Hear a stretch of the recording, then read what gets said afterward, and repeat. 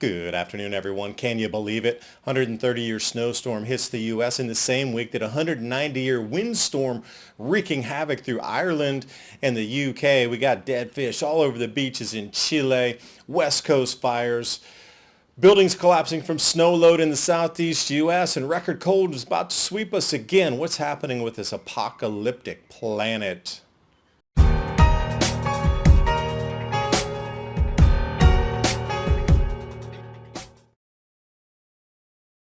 Because something you don't see every day, Pensacola, Florida has more snow right now than Juneau, Alaska, the 22nd of January. Unthinkable. It's because of the Great Blizzard of 1899, a repeat. Exactly like we're looking at multi-century cycles in play right now. Another one here, massive wind, hurricane force winds, 113 mile an hour, sustained winds at least as this storm makes shore here in the UK. Exactly similar to the 1839 night of the big wind. Also Dublin, same exact spot on the planet. We got the 6 planets lining up.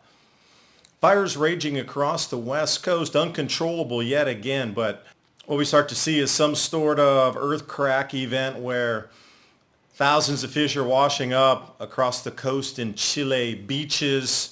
The firestorms pass, but they leave clues in the West Coast, jumping over to the bomb cyclone, descending on across the UK.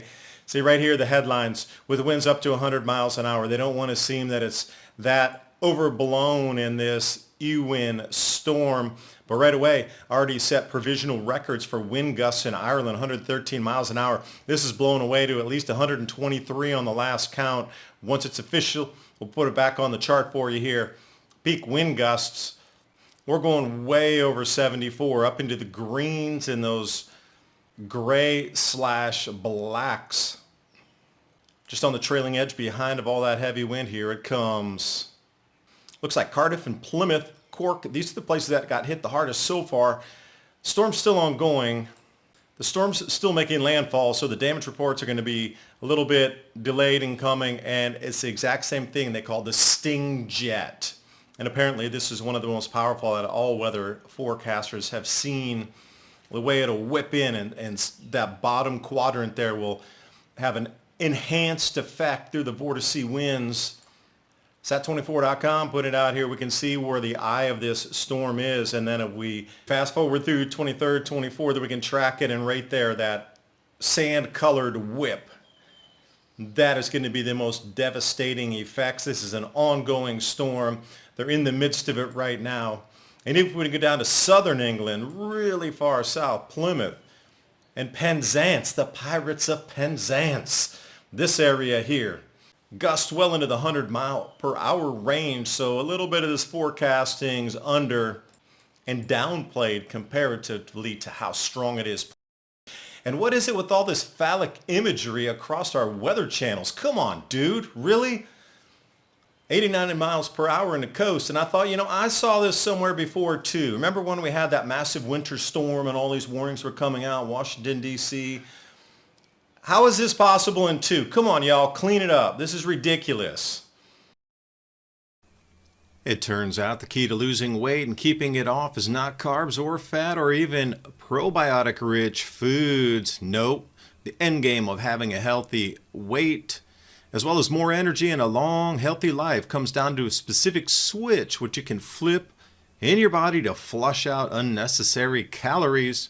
Dr. Stephen Gundry is calling this caloric bypass. And by activating this specific process in your body, he's seen thousands, yes, thousands of people dramatically improve their health, even at age 50 and beyond. This includes losing weight, getting tons more energy, and returning to the good health that they had in their youth once they simply addressed this one key to better health. Dr. Stephen Gundry has lost 70 pounds himself using this research and has kept the weight off for over 20 years and counting. His digestive issues are gone, his health is fantastic, and he feels younger and healthier today than he did in his 40s. His video has been watched by over 20 million people to date, and you can watch and learn more about it at thehealthyfat.com/adapt. And he'll teach you exactly how he's kept his weight off for free at thehealthyfat.com/adapt. Click on that link in the description box below. American Storm, Bastardi putting this one out here. They got at least 118 mile per hour on the coast. Storm Éowyn coming in this morning. That's a handheld unit.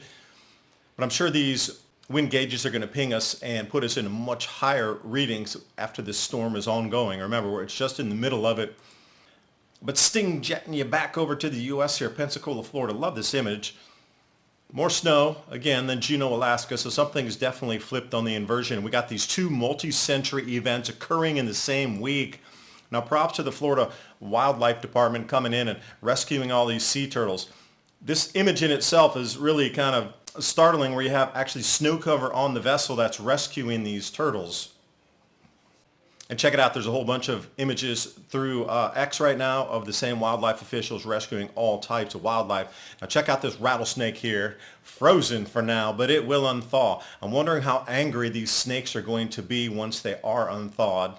But the capturing of these Burmese pythons, apparently there's record numbers of Burmese pythons being captured right now. Nature has slowed them down. Iguanas falling out of the trees, a huge amount of reptiles in slow motion. Another thing that's strange to think about now, Mobile Civic Center was set for demolition anyway, but the snow load on top of it actually toppled the building before they had a chance to go in and, sit there and dynamite those things all around the ring. That didn't happen. Snow load pulled it down. Ground images for you here. I guess a few people aren't going to get the overtime they were looking for. Nature helping us bring this down, just like nature helps us pollinate our crops. No bees, no food, no civilization. Moving up to your daily low temperatures. This will bring us into the mid-30s all the way across central Florida. As it gets a little bit lower, hopefully some of those Burmese pythons will be easier to capture right around in the Everglades area. But when we come further south in Key West, which will be 50 degrees Fahrenheit, we're going to get down into Cuba, experiencing the same. So I thought, all right, well, below average Celsius temperatures. What's the average temperature for Cuba during this time of the year? So I pulled the temperature Fahrenheit chart for you. It's going down into the high 50s or low 60s. For the high temperatures in Cuba, that is really unheard of as well. Just so many astounding things happening on the planet right now. Also, these massive rains in Saudi Arabia. I'll bring that to you in the next video. But we're looking at on the 24th and 25th for the air temperatures. Almost every state in the lower 48 is going to be below freezing. And that Arctic air mass, that really teal, kind of bluish shade up near New York and the New England area.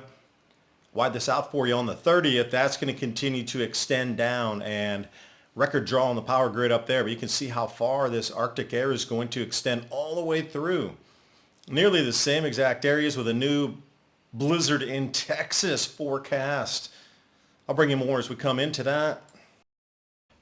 Now it's becoming obvious to everybody on the planet that something has changed so drastically and so quickly that excuses offered to us just don't explain it.